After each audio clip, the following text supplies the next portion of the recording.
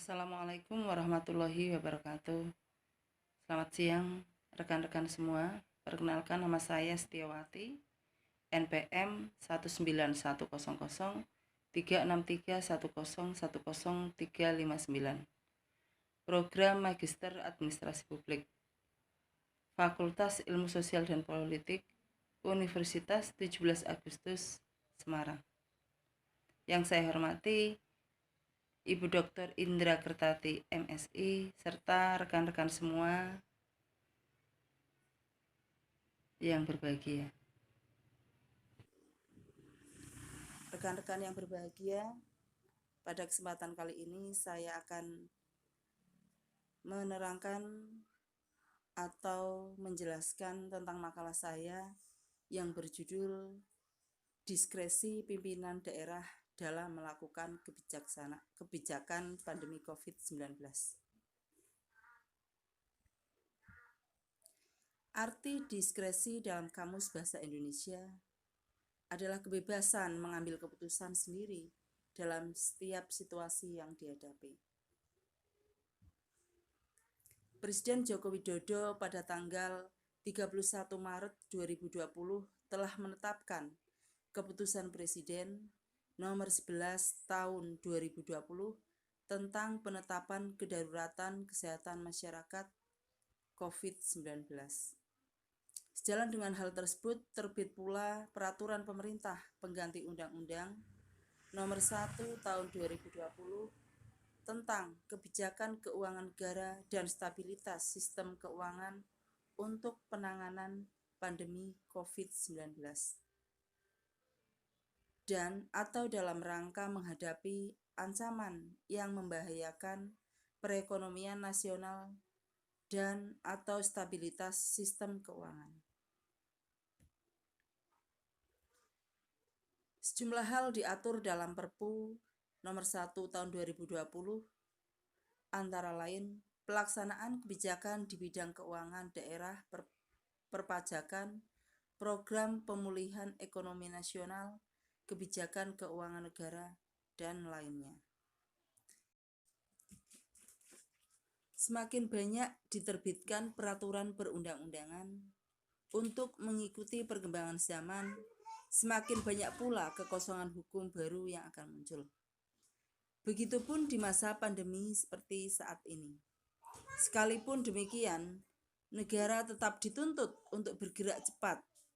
Jangan sampai tidak adanya dasar peraturan perundang-undangan membuat pemerintah menjadi tidak dapat melaksanakan aktivitasnya. Agar tidak adanya kebuntuan dari disfungsi dalam penyelenggaraan pemerintahan, pemerintah dituntut berani untuk melakukan diskresi. Diskresi pejabat pemerintah untuk melakukan suatu diskresi di tengah bencana seperti saat ini bukanlah hal yang mudah. Ancaman pidana korupsi menghantui pejabat pemerintah.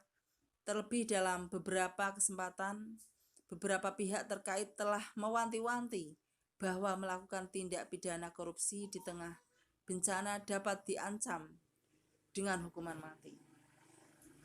Untuk mewujudkan pemerintahan yang baik, khususnya bagi pejabat pemerintahan, landasan hukum yang mendasari keputusan atau tindakan pejabat pemerintahan untuk memenuhi kebutuhan hukum masyarakat dalam penyelenggaraan pemerintahan diatur pada Undang-Undang Nomor 30 Tahun 2014 tentang Administrasi Pemerintahan atau Undang-Undang Administrasi Pemerintahan, khususnya pasal 1 angka 9.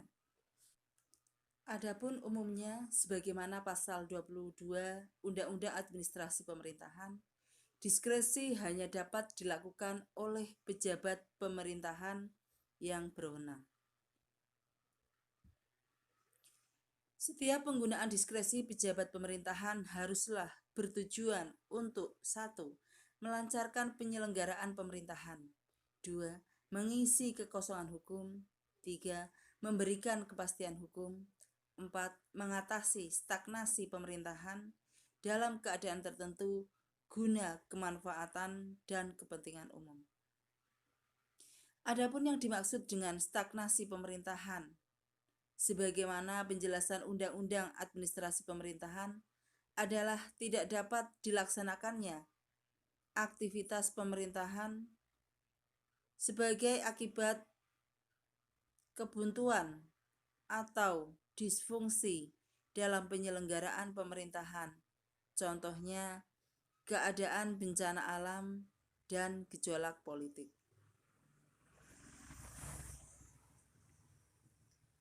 Lingkup diskresi sebagaimana diatur pada pasal 22 Administrasi Pemerintahan meliputi: yang pertama, pengambilan keputusan dan atau tindakan berdasarkan ketentuan peraturan perundang-undangan yang memberikan suatu pilihan keputusan dan atau tindakan.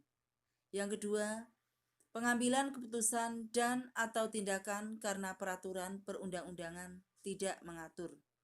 Kemudian yang ketiga, pengambilan keputusan dan atau tindakan karena peraturan perundang-undangan tidak lengkap atau tidak jelas. Dan yang keempat, pengambilan keputusan dan atau tindakan karena adanya stagnasi pemerintahan guna kepentingan yang lebih luas.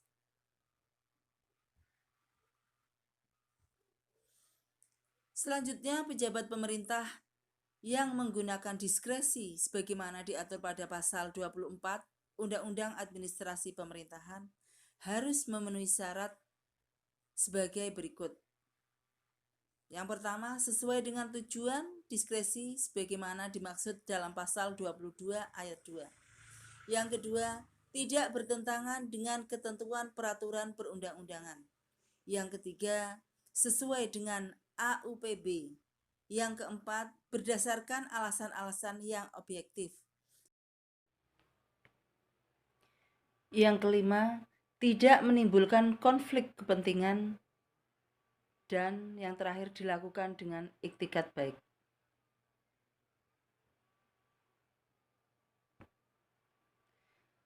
Penggunaan diskresi oleh pejabat pemerintah tidaklah dapat dinyatakan sebagai tindakan yang melawan hukum dalam hukum pidana apabila memenuhi kriteria-kriteria sebagai ajaran melawan hukum material negatif.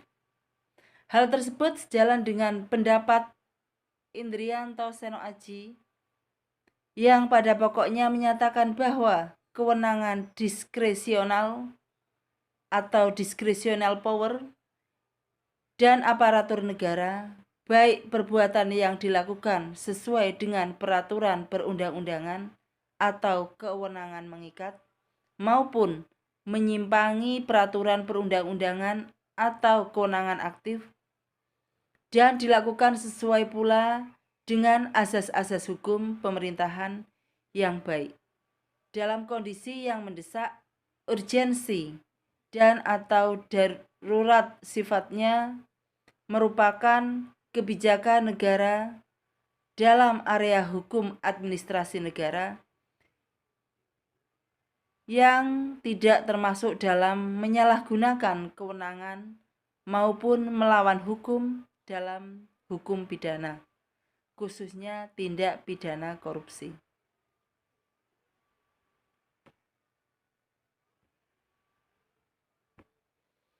Adapun yang menjadi dasar diterapkannya melawan hukum material negatif dikarenakan perbuatan pelaku yang pertama tidak untuk menguntungkan diri sendiri. Kemudian yang kedua, kepentingan umum terlayani. Dan yang ketiga, negara tidak dirugikan.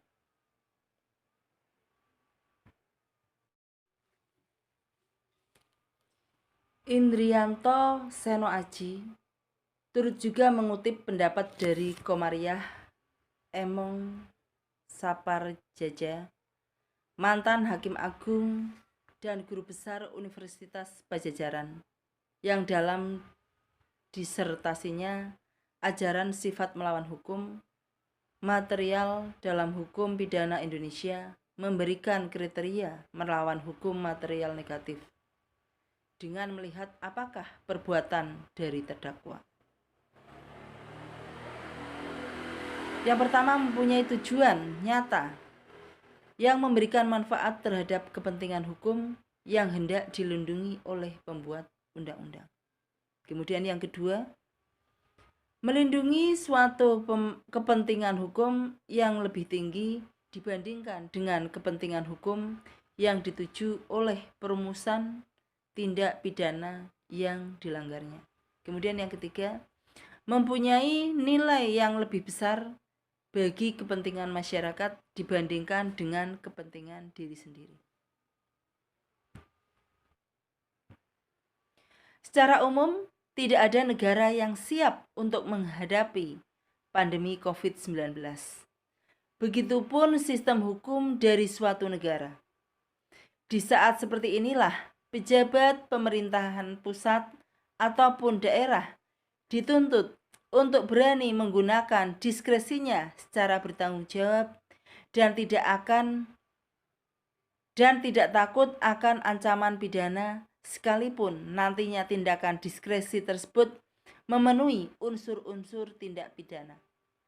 Apabila sesuai dengan ajaran melawan hukum material negatif, serta tidak ada penyalahgunaan wewenang di dalamnya, maka hal tersebut tidak dapat diskualifikasikan sebagai tindak pidana, khususnya tindak pidana korupsi. Terlebih saat ini terbit Perpu nomor 1 tahun 2020 yang turut melindungi pejabat pemerintahan yang sejalan dengan doktrin tersebut. Dengan demikian, di tengah penetapan kedaruratan kesehatan masyarakat COVID-19, agar para pejabat pemerintah tidak ragu dalam hal mengambil kebijakan apabila terdapat kekosongan hukum yang dapat menyebabkan tidak dapat dilaksanakannya aktivitas pemerintahan sebagaimana diatur dalam Undang-Undang Administrasi Pemerintahan, khususnya dalam menganggarkan dana dan melaksanakan kegiatan pencegahan penularan dan penanggulangan COVID-19.